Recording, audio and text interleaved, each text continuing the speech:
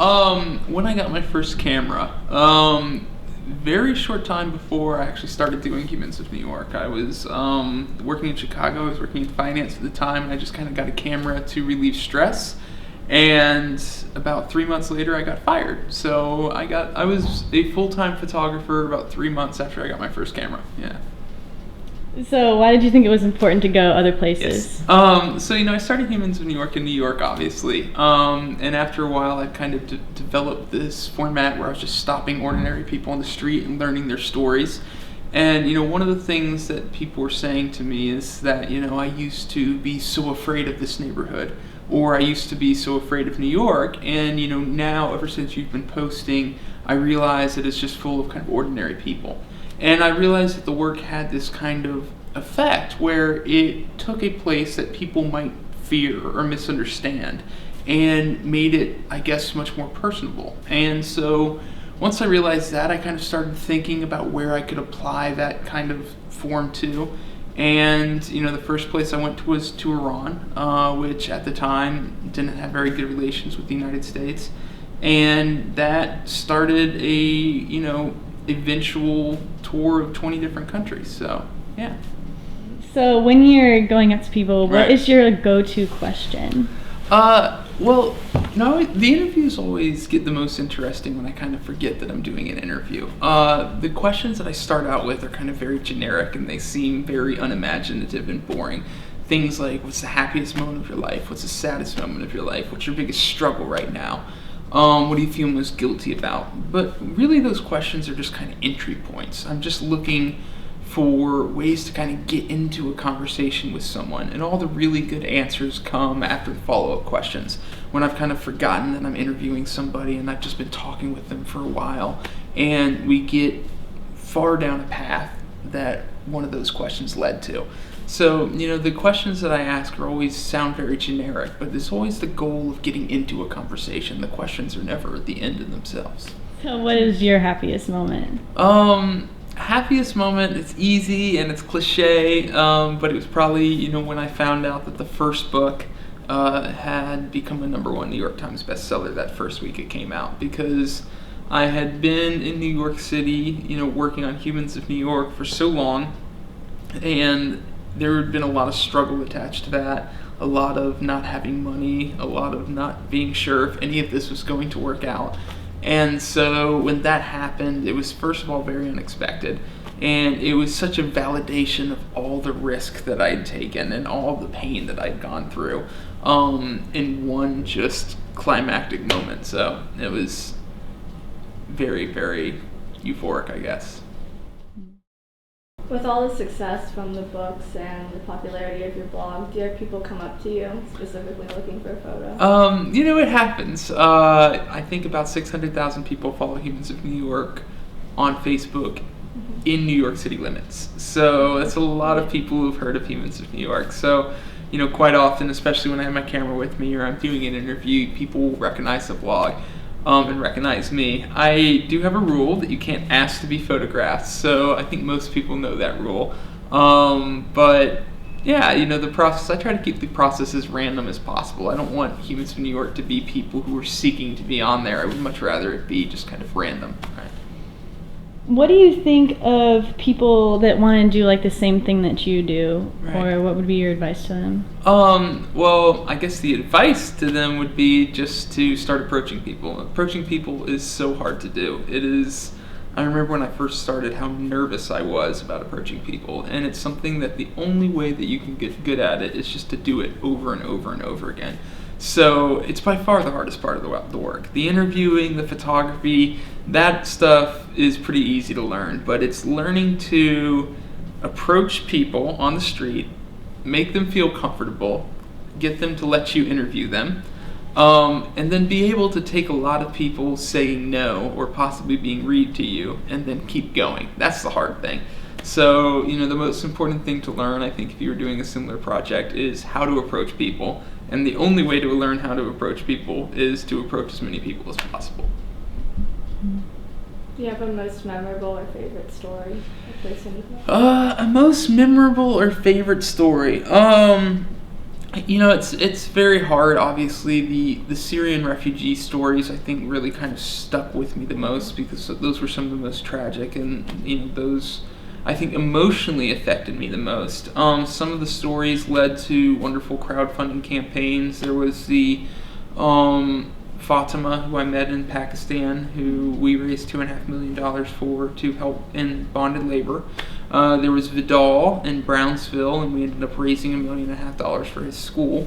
So some of the stories, beyond just the impact of how interesting their story was, led to huge things and huge accomplishments from the audience. And so I think those stand out because of the impact they had.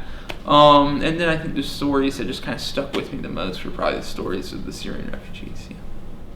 What do you think is the secret to getting people to feel comfortable with you? I think you just have to feel comfortable approaching them, which is very, very hard to do. It's very easy to say, just walk up to somebody and don't be nervous, so it won't make them nervous either. That's something that's very easy to say, but it took me so long to not be terrified when I was walking up to other people.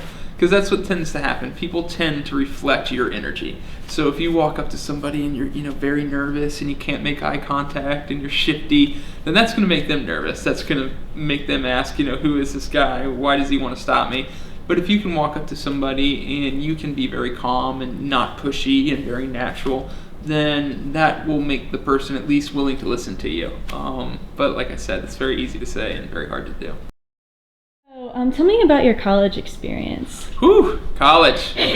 Well, there are two college experiences. There was the first college experience where I was not ready for college, and I could not exactly handle my freedom.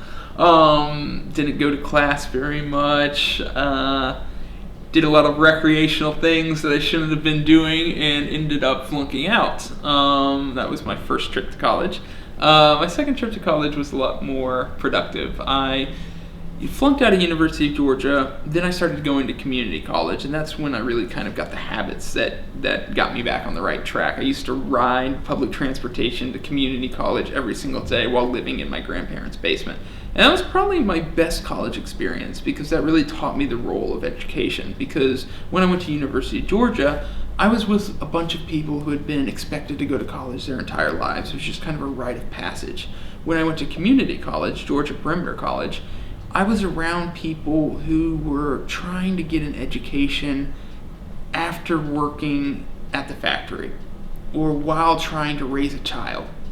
And seeing how much these people were struggling just to get an education made me really appreciate the role of education. And that's when I really buckled down and started getting serious about my work.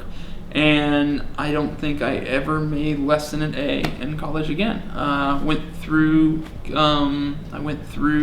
community college, went back to University of Georgia, and majored in history. So there were two different college experiences for me.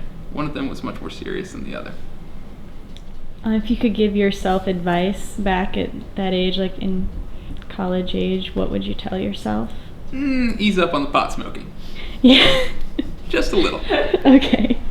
Dial it back just a little.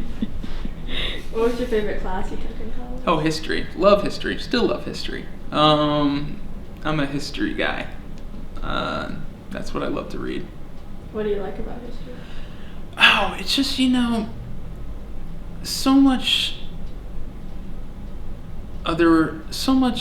so many other parts of academia are about theory, or what could happen, or what it all means. But, theories can be laid on top of history. But history, in the most part, is what happened. It's a story. It's what happened. And it's up to you to interpret what that means. And so I think I liked how immediate it was, where it wasn't a bunch of theory. It was what happened. And it's your job to determine what that means. And I think that's why I connected with it so much. Kind of connects to what you're doing now. You can say so, yeah. My favorite thing always to read was biographies. I still love to read biographies. I've read hundreds of them. So, yeah, the part of history that I was most interested in were personal histories, because I think that gets to be even more immediate. You can talk about the history of countries, and you talk about treaties, and you talk about wars, and you talk about economic plans.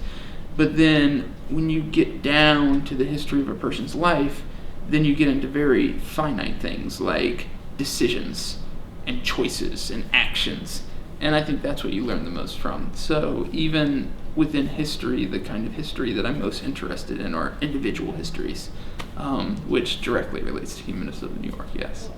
I was reading on your little bio on your blog about that you said you're always really passionate about things, and you said you went through like phases where you're passionate about like very specific things. That bio has been around as long as Humans of New York. I was looking at it the other day. It's old, but go ahead.